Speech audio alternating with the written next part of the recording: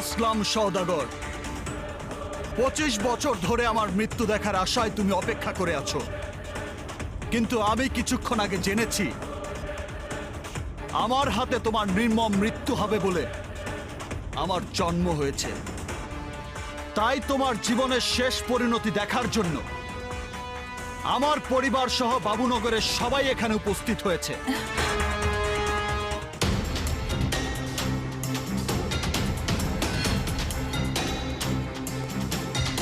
কিন্তু তোরে এলাকাবাসীরা যেভাবে এসেছে ঠিক সেভাবেই লেজ গুটিয়ে পালিয়ে যাবে। তোর পরিবারের সবাই হার্ট অ্যাটাক করে মরবে যখন আমার হাতে তোর মৃত্যু দেখবে, কারণ আমি সেই ধারালো করাত, যাকে ধরি সে হয়ে যায় বরবাদ। বুদ্ধ,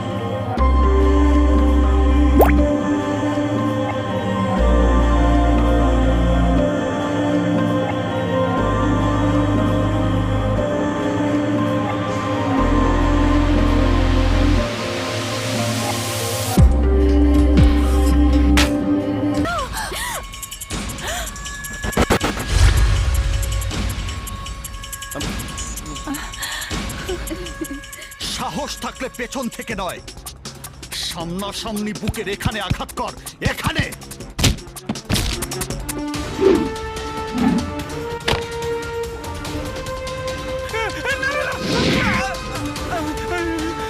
এখন নিশ্চয়ই বুঝতে পেরেছিস মৃত্যুর ভয় কত ভয়ঙ্কর, আর মৃত্যুকে যে ভয় পায় কাউকে মারার সাহস তার থাকে না।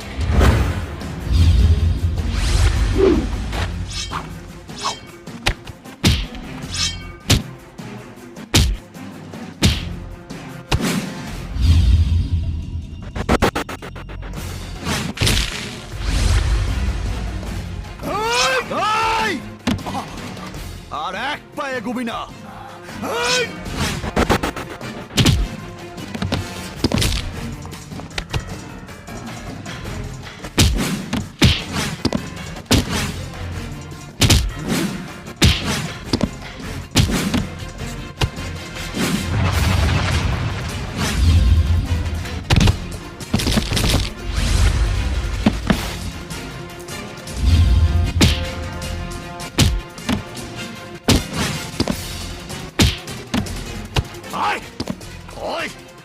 সাহস থাকে তো আমার বাবার গায়ে হাত দিয়ে দেখ, তোদের শরীরে সেই হাত থাকে কিনা।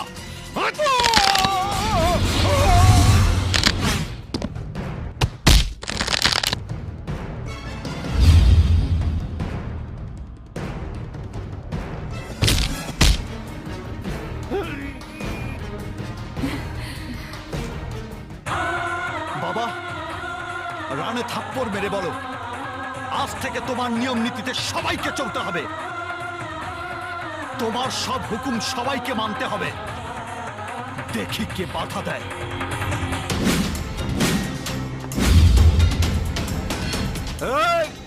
আমরা কারো কোনো হুকুম মানি না, মানবো না, মানার প্রশ্নই আসে না, কারণ সবাই ভেবে কাজ করে, আর ডায়মন্ড কাজ করে সবাই ভাবে।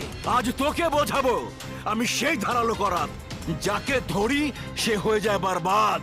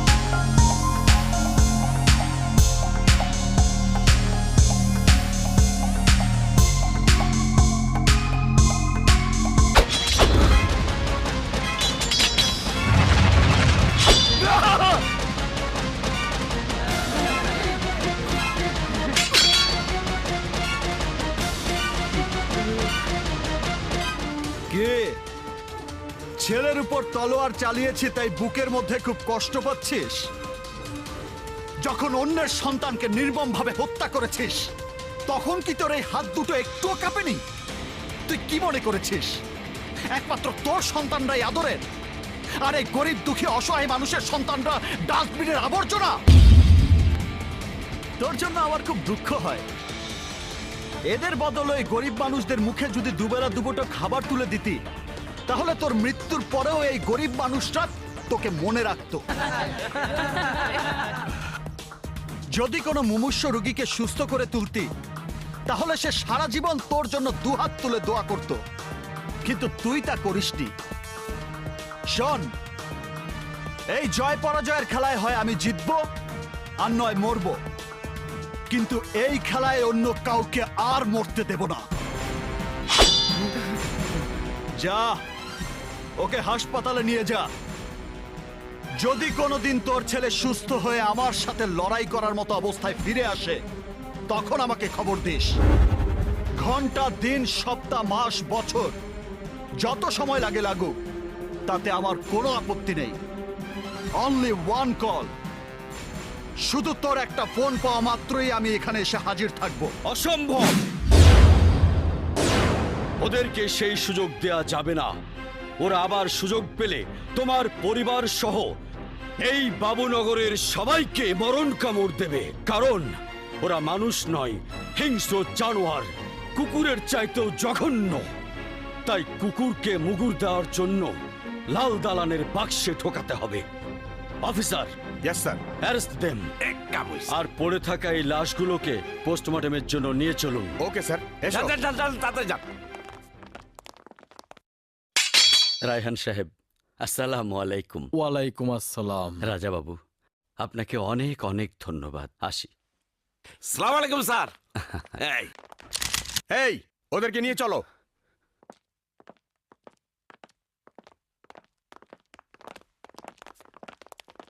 স্যার, ওই ফোলাটারে মাইরে ফাটাইলেন।